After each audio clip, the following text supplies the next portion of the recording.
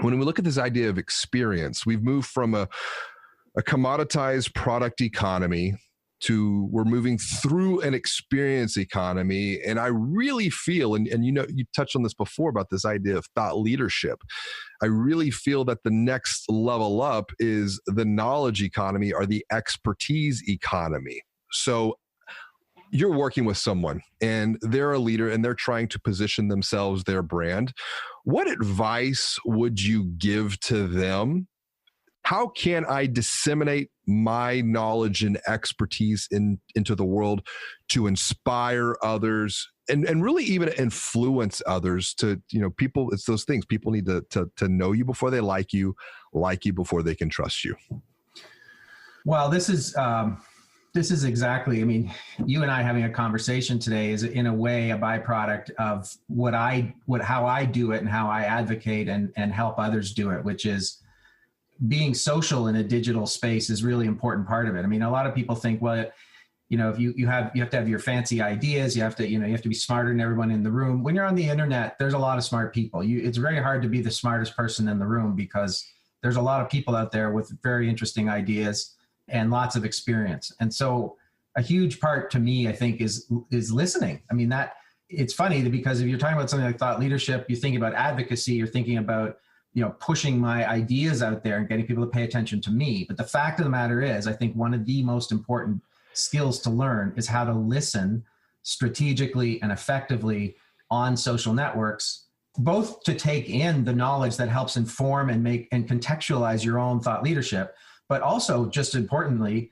to build relationships with people who you respect, whose ideas you respect. Because when you build those relationships on a personal level, those people become amplifiers for your own thoughts. They both contribute because they have thoughts, they have feedback, but they also help amplify your own vision, your own ideas. So I really believe that thought leadership in a digital social age is a social activity. It's not just about sitting there, like the old philosopher and writing your genius and then spitting it out. You need a community of people who care what you think.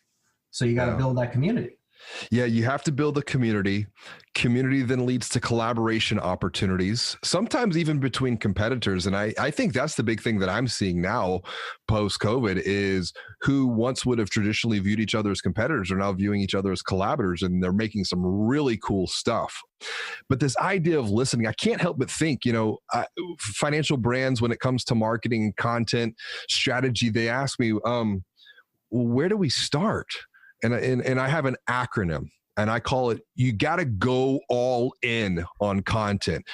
And the acronym is you need to start by asking, what are people's biggest questions? What are their concerns?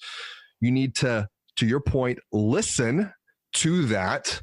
And then you need to learn as you're continuously sharing. And it's this conversation. It's a back and forth. I'm so grateful to have been in this kind of social digital sphere personally, probably going back to 2006, 2007, right at the early stages. And I've seen the ebbs, I've seen the flows, but the relationships that have been formed. I even, I texted Brian Claggett the other day and I was like, man, I'm so glad that you reached out. We connected on Twitter, like it was 2009. And just the relationships that have been developed, and Brian and I have known each other. We've spoken at multiple conferences, events together, workshops, and to see what he's been able to do in the space has been fabulous. And even for you, I've been following you for years now, it seems. Right. Now we're having this opportunity to have this conversation.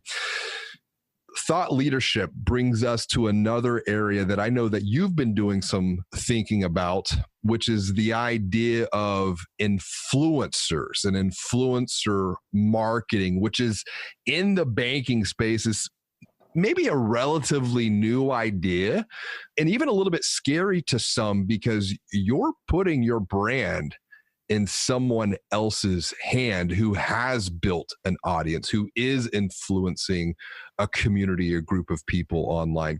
Let's dive into that. What are some of the opportunities when it comes to influencer marketing with people?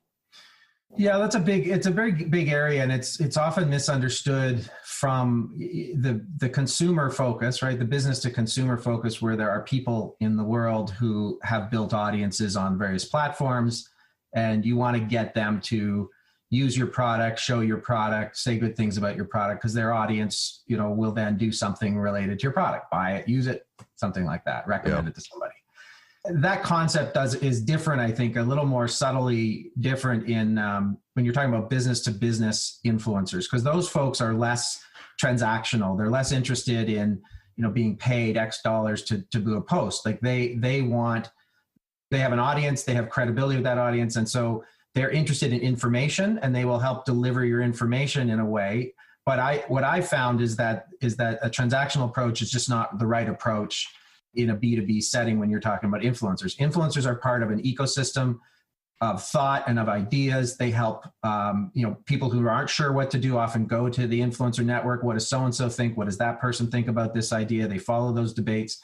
So if you're selling a product or service, you want to be part of that conversation. You want those influencers to be aware that you're in the marketplace. You want to have them understand your product, but not necessarily to pitch it for you. That's where it kind of, you can go into that space and you can throw some money around. In the old days, you could hire influencers, and when you had events, and they could come to your event and speak, and that was great. But my feeling these days is that influencers are a way of moving content through a network, moving ideas through a network, and you have to really get to know them. And getting to know them as a leader in your company is actually the best way. And it's much less about endorse my product and much more about just know about my product, just include it in your view of the world, right? I mean, it's a busy, crowded world out there. Just getting people's attention is valuable.